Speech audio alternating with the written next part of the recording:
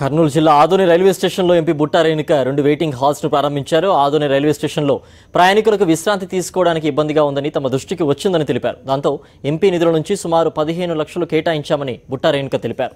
అనంతరం మంత్రాలయం రైల్వే స్టేషన్కు వెళ్లారు. మంచినీళ్లు లేవని స్థానికులు ఎంపీకి వినతి పత్రం అందజేశారు. ఈ కార్యక్రమానికి Adoni MLA Sai Prasad Reddy, railway DRM Amit Ojha పాల్గొన్నారు.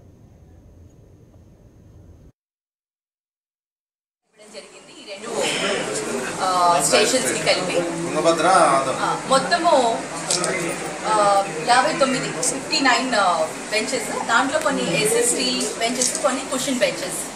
సో కుషన్ బెంచెస్ జనరల్లీ వాళ్ళు మహిళలు ఉన్న దాంట్లో వేశారు. స్టీల్ బెంచెస్ మటుకు పురుషుల విభాగంలో వేశారు. ఇక్కడ వాళ్ళకి వెయిటింగ్ చేసేటప్పుడు కంఫర్టబుల్గా కూర్చొని ఉండడానికి అనుకూలంగా ఉండాలని లాస్ట్ టైం ఒక రిక్వెస్ట్ ఇవ్వడంతో ఆ రిక్వెస్ట్ని కన్సిడర్ చేసి ఇమీడియట్గా బెంచెస్ ఇవ్వడం జరిగింది.